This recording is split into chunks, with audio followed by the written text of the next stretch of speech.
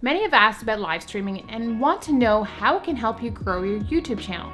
As a small YouTuber, this is a great way to not only connect, but find your audience. Before we get into this video though, make sure you hit that subscribe button because I have many more videos coming your way. Hi, my name is Catherine Perry and I help you grow your YouTube channel the right way. In this video, we're going to dive into live streaming and how it can help you grow your YouTube channel as a small YouTuber. Live streaming is something that I regret not doing earlier. So here are some reasons why it can help you grow your channel. The first one is connection with your audience. This is the biggest thing that I've noticed on my channel. It has helped improve engagement overall on all of my videos because the more I'm interacting with my audience and doing live streaming and actually connecting with them, the better the chances they are going to engage on my videos. It really has helped me to connect with my audience on another level. I feel like I'm chatting with my audience over coffee at the coffee shop and just having a good time. I've also noticed that not only am I connecting with my audience, but my audience is connecting with each other within the chat. This is what I wanted for my channel. I wanted the genuine connections so that people build their audience, their channels up the right way.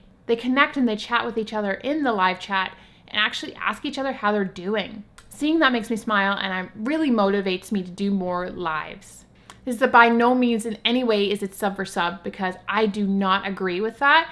People go on my chats to connect and talk to each other. So the second thing is you can talk live about specific topics.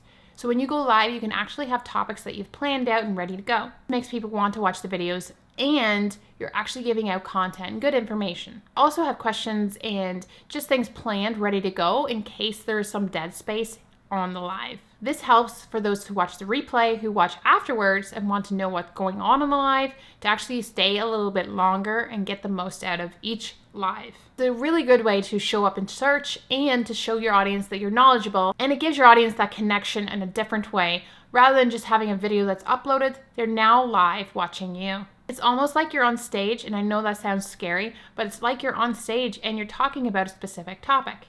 Lives take practice, so don't think you need to be perfect overnight. It took a little bit of work for me to build myself up to do these. So just remember, you don't have to be perfect. Just start doing them. Lives, you can't edit them. They are what they are. They're uploaded. Yes, you can download and edit them and re-upload if you want, but I don't advise doing that because now you're messing with it and the audience wants what the live was all about. You need to plan ahead a little bit and just keep the audience watching to the end. Number 3, it actually gives you more views and subscribers. So if you're optimizing your videos before you actually go live, tagging them appropriately, you're actually going to get more viewers and subscribers from that. Lives can be pushed out onto the browse page as well, and that's another opportunity for you to get new eyes on your channel. I've had a few times where random people come onto my lives and start talking and chatting, and they're subscribed. The key point here is to have a good, engaging live. That way your audience will want to hit that subscribe button, keep watching more and more of your content. So having good, valuable information within the live will help them stay and watch more. Like I've said, you need to tag your videos accordingly, even lives, because that way you're going to show up in search. A key point here is I let my audience know that I'm going to go live, so I actually schedule my lives so that they can pre-plan ahead of when exactly I'm going to be on. Not everybody can be on your lives, and that's important to note. That's why there's really important to make sure the lives are engaging throughout the video, and then after when people go to watch them on the replay, they'll actually want to stay and watch more.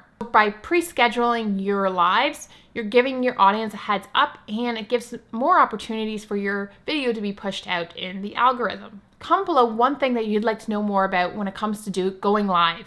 I'd love to dive into this a little bit more on my channel because I know a lot of small YouTubers are scared of this option or they just don't know how to do it.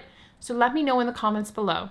Number 4 is it helps you gain more watch time. I've been testing this on my channel because I've been working hard to get my watch time to that 4,000 hours mark. Many videos on my channel that are a lot shorter, and yes, I get a lot of views, I get a lot of good retention on those videos. But that really doesn't necessarily help me when it comes to watch time. So what I've been trying to do is longer videos, but also been testing lives.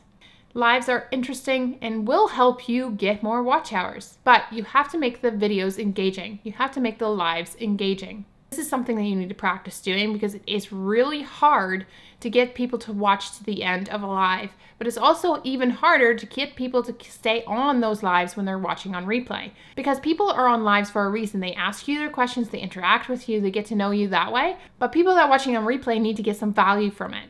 So I like to do Q&As, but I like to balance it with some tips that I actually share myself. But for every industry, for every channel, it's different. So you need to figure out what will work for your channel by testing things out. So maybe this is taking a look at your analytics and see what videos stand out. Then you can maybe do a live on it because you know people will want to watch more of it. Number 5 is you're able to answer your audience questions. This is important. If you go on lives, it's a really good way to answer the questions that your audience may have. So for me, it's a lot of small YouTuber growth tips. People ask a lot of the similar questions, which is totally fine in my opinion because everybody thinks differently. Not everybody understands how you said it before. So if you say it one way to one person, maybe saying it to them is differently or talking to them directly helps them understand it better. So in my opinion, when you go on to Q&As, be mindful that there might be repetitiveness, and that's okay. You're getting to know each person that comes onto your lives and you're actually connecting with them, and it's building a relationship with each person. It also shows that you cared about that individual person by answering the question. Now, if you have a lot of people on your lives, if you have a bigger channel, like this is specifically for small YouTubers, but bigger YouTube channels might have a harder time just going through all the questions.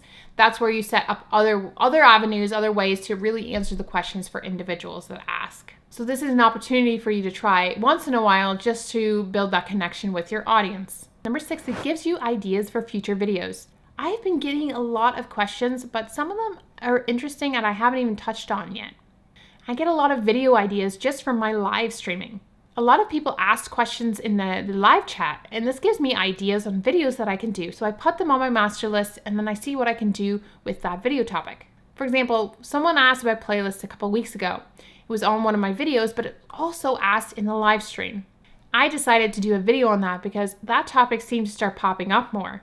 That's the video that I talked about how to get suggested. Not only are you getting video topic ideas, but you're listening to your audience and you're giving them a video on how to do something, which also helps other viewers that are watching you. Number 7 is it trains your mind for future interviews. This one I've not heard on other YouTuber videos that have talked about this topic. This is something that has actually come to my attention the past couple of weeks. Since starting lives, I've actually got more comfortable in front of the camera. Now I do a lot of edited videos, which is great. I'm comfortable doing those videos because I can edit out all the junk that I don't want. But when doing lives, it actually gets me more comfortable in front of the camera live. I have a hard time with my train of thought. It's all over the place sometimes.